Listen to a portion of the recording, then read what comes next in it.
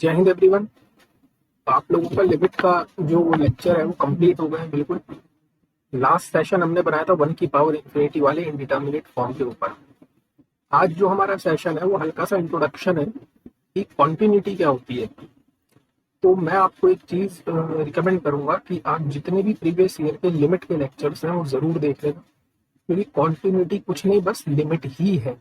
यहाँ पर एक चीज एक्स्ट्रा हो जाती है, वो होती है फंक्शनल वैल्यू। तो जो भी काम हमें करना है वो लिमिट के ऊपर ही करना है। जिस भी स्टूडेंट की लिमिट पर कमांड है उसके 3 चैप्टर लिमिट, कॉन्टिन्यूटी और डिफरेंशियबिलिटी ऑटोमेटिक अपने आप सॉल्व हो जाते हैं। कोई इतनी बड़ी डील नहीं है, ना आपके पास इतने टफ क्वेश्चंस आते हैं लिमिट, कॉन्टिन्यूटी और डिफरेंशियबिलिटी। नाउ कोई भी फंक्शन कॉन्टिन्यूअस होता है, इसका सेंस क्या है, ये हम क्या कह रहे हैं कि कोई भी फंक्शन कॉन्टिन्यूअस है। तो सबसे पहले मैं आपको बाय ग्राफिकली इसको समझाने की कोशिश करता हूँ।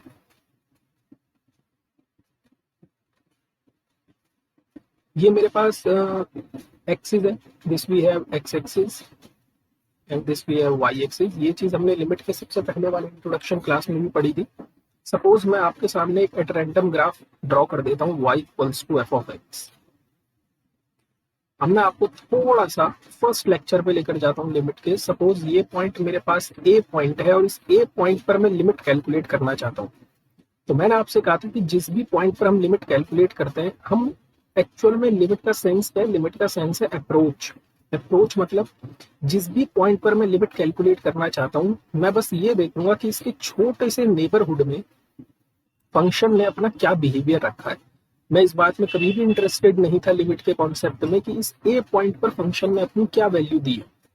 ठीक, तो लिमिट के टाइम पर जब हम लिमिट पढ़ रहे थे, तब सपोज मुझे इस पॉइंट पर अगर लिमिट कैलकुलेट करनी थी तो मैं लेफ्ट साइड से इस पॉइंट को अप्रोच करता था, मैं राइट साइड से इस पॉइंट को अप्रोच करता था और चेक करता था कि इन नेबरहुड में इस ए के आसपास फंक्शन ने अपना क्या बिहेवियर रखा है ना। ये फंक्शन का बिहेवियर है इस पॉइंट के आसपास, तो मैं कह देता था ये फंक्शन की लिमिट है। This is what, this is limit of function, है ना, this is limit of function. Now अब एक चीज एक्स्ट्रा और क्या है कि मैं लेफ्ट साइड से और राइट साइड से ये तो चेक करूंगा ही कि फंक्शन का बिहेवियर क्या है, लेकिन इस पर्टिकुलर पॉइंट पर फंक्शन ने अपनी क्या वैल्यू दी है। Now this thing is very important. इस पर्टिकुलर पॉइंट पर फंक्शन ने अपनी क्या वैल्यू दी है, अब मैं इस बात में भी इंटरेस्टेड हूं। ठीक, इस पर्टिकुलर पॉइंट पर फंक्शन ने अपनी क्या वैल्यू दी है। सपोज इस फंक्शन ने ए पॉइंट पर अपनी वैल्यू एफ ए दी है, तो कॉन्टिन्यूटी ये कहती है कि अगर फंक्शन की लिमिट ए पर, जिस भी पॉइंट पर आप फंक्शन की लिमिट कैलकुलेट कर रहे हो, सपोज मैं ए पर फंक्शन की लिमिट कैलकुलेट कर रहा हूं, तो अगर ये लिमिट और फंक्शनल वैल्यू एट ए दोनों सेम टू सेम आ जाए, तब हम कह देते हैं कि function is continuous. F x is continuous at x equals to a. So कोई भी फंक्शन कॉन्टिन्यूअस कब होगा, जब इस पॉइंट पर, जिस भी पॉइंट पर आप कॉन्टिन्यूटी चेक कर रहे हो, उस पॉइंट पर फंक्शन की लिमिट और उस पॉइंट पर फंक्शन की वैल्यू दोनों आपस में सेम होनी चाहिए, तभी हम कहेंगे कि फंक्शन मेरा कॉन्टिन्यूअस है उस पर्टिकुलर पॉइंट पर। नाउ यहाँ से दो बातें निकल कर आती हैं कि जैसे ही आपने बोला कि फंक्शन की लिमिट इस पॉइंट पर इक्वल होनी चाहिए functional value at A, that means limit तो दो तरफा बिहेवियर है। दो तरफा बिहेवियर का मतलब लिमिट के अंदर लेफ्ट हैंड लिमिट भी आएगी और लिमिट के अंदर राइट हैंड लिमिट भी आएगी। हम कह रहे हैं कि फंक्शन की लिमिट ए पर एग्जिस्ट करती है, that means left hand limit और राइट हैंड लिमिट दोनों आपस में सेम होंगी और ये दोनों की दोनों इक्वल होनी चाहिए functional value at a. So this thing is very important कि left hand limit at a equals to right hand limit at a, and this quantity is also equals to functional value at a। Function की left limit, function की right limit और functional value आपकी तीनों जिस time पर बराबर आ जाएंगी, हम कहेंगे फंक्शन कॉन्टिन्यूअस है इस पर्टिकुलर पॉइंट पर। नाउ कॉन्टिन्यूटी बताती क्या है, कॉन्टिन्यूटी ये बताती है कि आपका जो ये कर्व है, जो ये आपने y equals to F X curve draw किया है, ये कहीं पर भी ब्रेक नहीं होगा।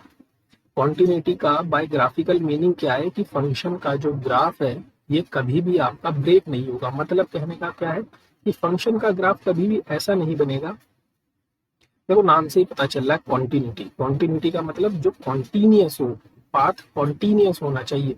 कभी भी ऐसा पाथ नहीं बनेगा यहाँ से यहाँ और यहाँ से यहाँ, ऐसे पाथ कभी भी नहीं बनेंगे, क्योंकि यहाँ पर फंक्शन ब्रेक है। फंक्शन क्या है? ब्रेक है। ठीक, तो ऐसे फंक्शंस कभी भी कॉन्टिन्यूअस नहीं बनते। कॉन्टिन्यूटी बनाने के लिए फंक्शन का ग्राफ हमेशा स्मूथ ग्राफ होगा, कभी भी ब्रेक नहीं होगा। अब हम ये नहीं कह रहे, ये बात भी इंपॉर्टेंट है, हम ये नहीं कह रहे कि फंक्शन का ग्राफ या तो लगातार बढ़ता रहेगा, हम ये भी नहीं कह रहे हैं कि फंक्शन का ग्राफ जो है वो लगातार डिक्रीज होता रहेगा। ठीक, हम ये बस इतनी सी बात कह रहे हैं कॉन्टिन्यूटी में कि फंक्शन का ग्राफ कभी भी ब्रेक नहीं होगा, फंक्शन का ग्राफ चलता जाएगा, कहीं पर भी टूटेगा नहीं। सो बाय ग्राफिकली फंक्शन की मीनिंग, कॉन्टिन्यूटी की मीनिंग क्या है कि फंक्शन का ग्राफ कहीं भी ब्रेक ना हो। न्यूमेरिकल कैसे सॉल्व करेंगे हम? नेक्स्ट लेक्चर हमारा सीधा सा न्यूमेरिकल बेस्ड होगा कि हमें केवल क्या चेक करना है, जिस भी पॉइंट पर हमें कॉन्टिन्यूटी फाइंड आउट करनी है उस पॉइंट पर हम लेफ्ट हैंड लिमिट कैलकुलेट करेंगे, राइट हैंड लिमिट कैलकुलेट करेंगे और फंक्शन की वैल्यू कैलकुलेट करेंगे। So simple. ठीक, सो नेक्स्ट लेक्चर में मिलते हैं। कॉन्टिन्यूटी के साथ एक ही लेक्चर बनेगा कॉन्टिन्यूटी का इसके बाद, जिसमें केवल न्यूमेरिकल्स होंगे। देन उसके बाद हम चलेंगे डिफरेंशिएशन पर एंड डेरिवेटिव्स पर, और उसके बाद आपके जितने भी प्रीवियस ईयर के क्वेश्चंस आए हैं लिमिट, कॉन्टिन्यूटी और डिफरेंशिएबिलिटी में, उनको हम सॉल्व करेंगे। ठीक, so hope you like this video. Thank you so much. जय हिंद, जय भारत।